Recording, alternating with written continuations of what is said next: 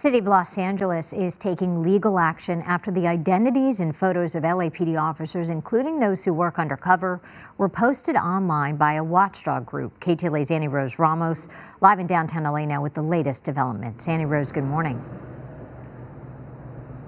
Jessica, good morning to you. We're going to try and break this all down for you because it is a complicated case with a lot of moving parts. The latest part you just mentioned there with LA City suing a reporter and activist group involved in this case. But Jessica, I want to go back to the beginning a couple of months ago. That is when the LAPD released information on over 9,000 of their police officers, including photos, to a reporter. That reporter then taking that information and giving it over to that activist group that published it online to an online database. Now the city suing that reporter and watchdog group, and at the same time over 300 police officers suing the city for releasing that information in the first place. Those police officers' attorney speaking on Tuesday.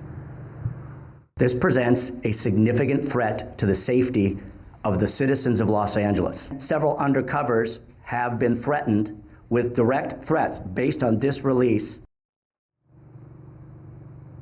And that attorney adding several undercover operations have folded as a result of the photos being released, and that some undercover officers have been threatened. The LAPD releasing the officers' images and information as part of a public records request to a journalist with the nonprofit newsroom Knock LA. Then all of that information was turned into a searchable database called the Watch the Watchers, which includes each officer's name, ethnicity, race, division, and bureau, and even badge numbers and photos. Now, in the last 24 hours, take a look at this, an update to this case. The city of Los Angeles announcing they are now suing the activist group and the journalist with Knock LA. His name is Benjamin Camacho. The lawsuit claiming that Camacho illegally possesses the photos the city gave him, demanding he return the flash drive and delete digital copies. But the activist group, they're defending their actions, arguing they provided much needed transparency. But moments ago, our Erin Myers asked the Mayor Karen Bass about it. Here's what she has to say about it. Whether I support the lawsuit or not, what is so egregious to me is the idea that these officers' identity has been revealed, and I am particularly concerned with the officers who have worked undercover.